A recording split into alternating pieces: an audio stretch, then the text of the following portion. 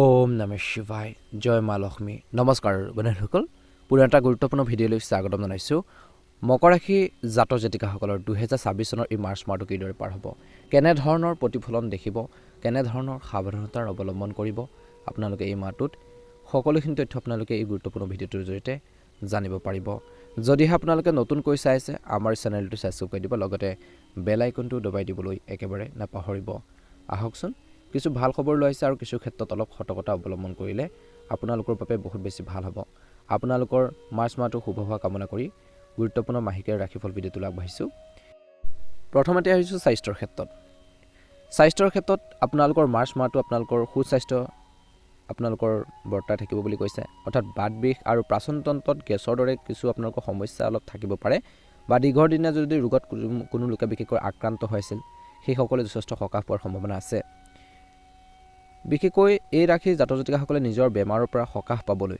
মাত্ৰ কিছু ন্যূনতম সাৱধানতা অৱলম্বন কৰিব লাগিব এই মাহটোত মাৰ্চ মাহত খাদ্য আপোনালোকৰ শৰীৰক পুষ্টি প্ৰদান কৰিব শক্তি প্ৰদান কৰিব বিশেষকৈ স্বাস্থ্যৰ ক্ষেত্ৰত বহুত বেছি গুৰুত্ব দিব লাগিব আপোনাক সুস্থ কৰি ৰাখিব আপুনি যেতিয়া ভাল খাদ্য খাব পুষ্টিকৰ খাদ্য খাব আপোনালোকৰ সৃষ্টিশীল শক্তি গড় হিচাপতকৈ বেছি হ'ব যাৰ ফলত আপোনালোকৰ মনটো সুস্থ আৰু শৰীৰটো সুস্থ হৈ থাকিব যদি আপুনি এনে কোনো লক্ষণ দেখা দিয়ে আপোনালোকৰ তেন্তে ডিঙিৰ বিষৰ সমস্যা বা আপোনালোকৰ পেটৰ লগত জড়িত সমস্যা তেন্তে গুৰুত্ব সহকাৰে আপোনালোকে বিবেচনা কৰাৰ প্ৰয়োজন আছে আৰু বাকীখিনি আপোনালোকৰ স্বাস্থ্যৰ ক্ষেত্ৰত নিশ্চয়কৈ ভালে দেখিব কিন্তু যদি আপোনালোকৰ হেল্থৰ ক্ষেত্ৰত কিছু সমস্যা দেখা পায় নিশ্চয়কৈ চিকিৎসকৰ পৰামৰ্শ ল'বলৈ নাপাহৰিব মাৰ্চ মাহত বিশেষকৈ চাকৰি বা ব্যৱসায়ৰ ক্ষেত্ৰত কেনেধৰণৰ প্ৰতিফলন দেখিব অনাগত অৰ্থাৎ এই বিশেষকৈ মাৰ্চ মাহত ব্যৱসায়িক যি সম্ভাৱনাৰ যথেষ্ট অনুকূল নহয় বুলি কৈছে যিমানে কষ্ট নকৰক কিয় আপুনি আকাংক্ষিত লাভ নকৰাৰ সম্ভাৱনা আছে কিন্তু ধৈৰ্য লাগিব মাজে মাজে আপোনালোকৰ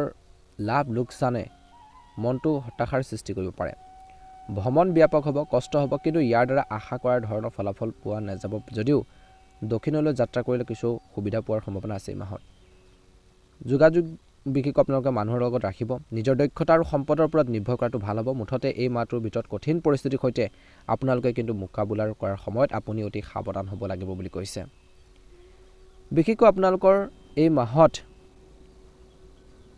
ভৱিষ্যতবাণী অনুসৰি এই মাহটো আপোনালোকৰ পাৰিবাৰিক বিষয়ৰ বাবে অতি অনুকূল বুলি কৈছে এই মাহটোত কৈছে যে আপোনালোকৰ বেছিভাগেই আপোনালোকৰ জীৱনসংগীৰ পৰা বিশেষকৈ বৈবাহিক আনন্দ প্ৰচুৰ মৰম আশা কৰিব পাৰে ঘৰুৱাৰ জীৱনত কৈছে যে এই মাৰ্চ মাহটোত বহুত সুখ পাব এক সুষম পাৰিবাৰিক পৰিৱেশে বিৰাজ কৰিব ল'ৰা ছোৱালীয়ে পঢ়া শুনা আৰু পাঠ্যক্ৰমৰ বাহিৰৰ কাম কাজতো ভাল প্ৰদৰ্শন কৰিবলৈ সক্ষম হ'ব বুলি কৈছে এই মাৰ্চ মাহটোত ভাল আচৰণ কৰিব তেওঁলোকৰ লগতো ইয়াৰ দ্বাৰা পৰিয়ালৰ সকলো সদস্যই অপৰিসীম সন্তুষ্টি কঢ়িয়াই আনিব আৰ্থিকভাৱেও আপুনি ভাল প্ৰদৰ্শন কৰিব এই মাহটোত গোটেই মাহটো আৰামদায়ক জীৱন উপভোগ কৰিব আপোনালোকৰ বেছিভাগৰে বাবে এটা শৈক্ষিক যি সাধনাৰ বাবে এই মাহটো ভাল মাহ বুলি কৈছে কিন্তু সূক্ষ্ম কলাৰ যিসকল ছাত্ৰ ছাত্ৰী আছে তেওঁলোকৰ বাবে এই এক স্মৰণীয় মাহ বুলি প্ৰমাণিত হ'ব পাৰে বিশেষকৈ সংগীত নাটক বা নৃত্য চিত্ৰকলাৰ ভাস্কৰ্য আৰু অন্যান্য কলাৰ প্ৰতি যিসকল আগ্ৰহী লোক আছে আগ্ৰহীসকলৰ বাবে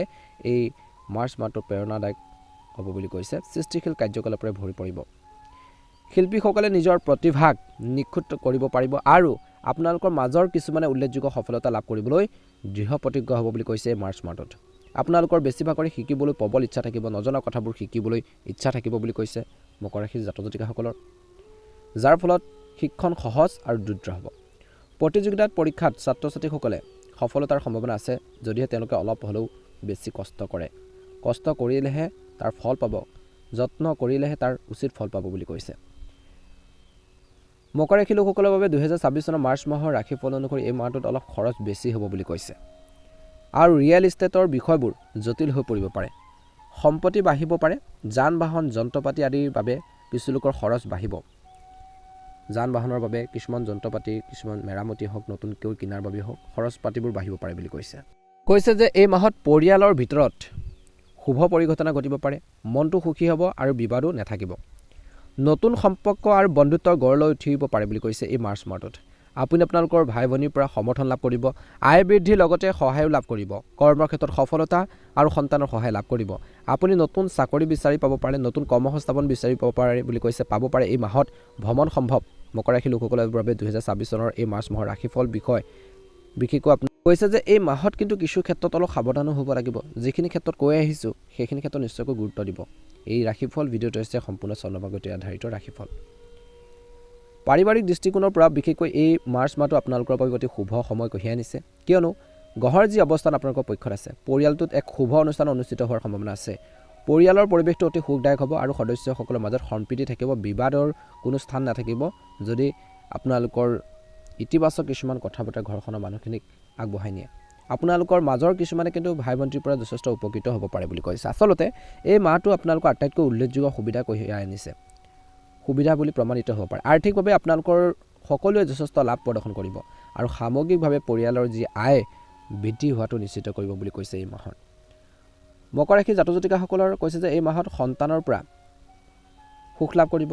সন্তানৰ বাবে আপোনালোকৰ উৎকৃষ্ট মাহ। কিছুমান সমস্যাৰ সৃষ্টি হ'ব পাৰে যদিও তথাপি তেওঁলোকে বহুখিনি সমস্যাৰ সমাধান লাভ কৰিব, কিয়নো গ্ৰহৰ অৱস্থান অনুকূল।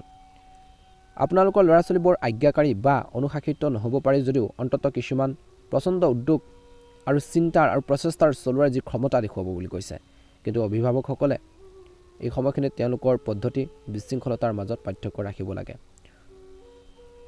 উৎসাহিত কৰিব লাগে বুলি কৈছে। দ্বিতীয়টো হৈছে দৃঢ়ভাৱে মোকাবিলা কৰিবলৈ লাগে। বেছিভাগ শিশুৰে আঘাত পোৱাৰ আশংকা আছে, গতিকে তেওঁলোকৰ কাম কাজত নিশ্চয়কৈ গুৰুত্ব দিব লাগিব যাতে কোনো ধৰণৰ সমস্যাত নপৰে, তাৰ প্ৰতি কিন্তু আপোনালোকে সতৰ্ক ৰাখিব লাগিব।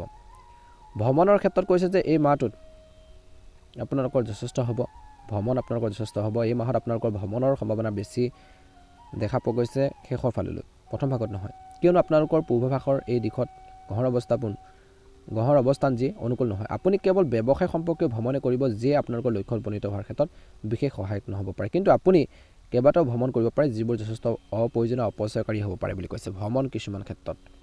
তদুপৰি ভ্ৰমণৰ সময়ত আঘাত বা অন্যান্য শাৰীৰিক সমস্যা আশংকা আছে কিছু লোকৰ, গতিকে যিমান পাৰি বিপদ কম কৰিব লাগে। আপুনি অকলে যাত্ৰা কৰিব আৰু পথ বা ৰেল যোগে যাত্ৰা কৰাটো প্ৰায় কিছু লোকৰ অসম্ভৱ হ'ব পাৰে। আটাইতকৈ অনুকূল দিশটো হ'ব পূব দিশ, যদিও ইয়াৰো বিশেষ লাভ নহ'ব পাৰে, কিন্তু এই মাহত ভ্ৰমণত কিন্তু অলপ সতৰ্কতা অৱলম্বন কৰিবলৈ কৈছে।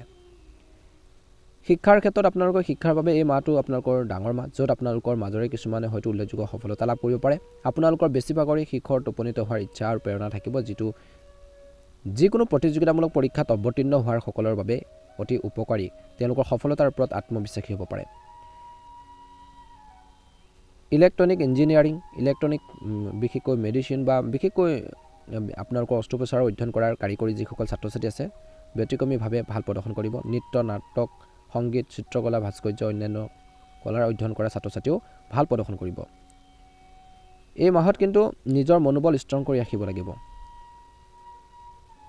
যিকোনো কাহ আপোনালোকৰ যদি হৈ আছে স্বাস্থ্যৰ ক্ষেত্ৰত, সেইখিনি ক্ষেত্ৰত আপোনালোকে চিকিৎসকৰ পৰামৰ্শ লওক। সতৰ্কতাৰ ব্যৱস্থাৰ যিটো আপোনালোকৰ এই মাহত উপকাৰী বুলি প্ৰমাণিত হ'ব। তদুপৰি আপোনালোকৰ চিন্তাৰ কোনো কাৰণ নাই, ফুল হৈ থাকে, সতৰ্কতা অৱলম্বন কৰে বুলি কৈছে।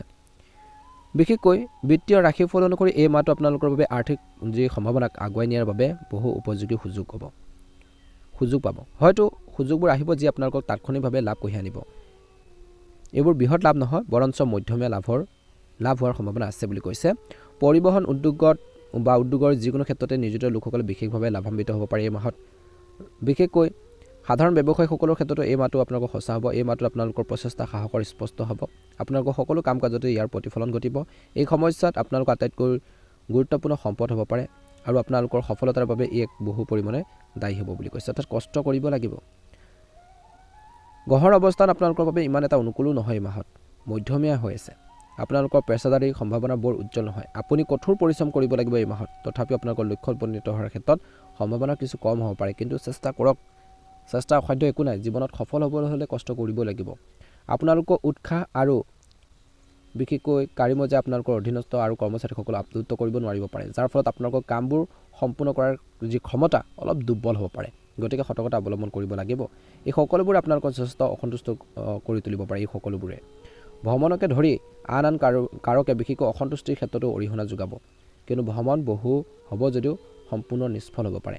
যদিও দক্ষিণলৈ ভ্ৰমণ কৰাটো উপকাৰী বুলি প্ৰমাণিত হ'ব পাৰে। মুঠতে এইটো এনে মাহ আপোনালোকৰ বাবে প্ৰতিকূল সমস্যাত শেষ নোহোৱালৈকে আপুনি ধৈৰ্য ধৰিব লাগিব।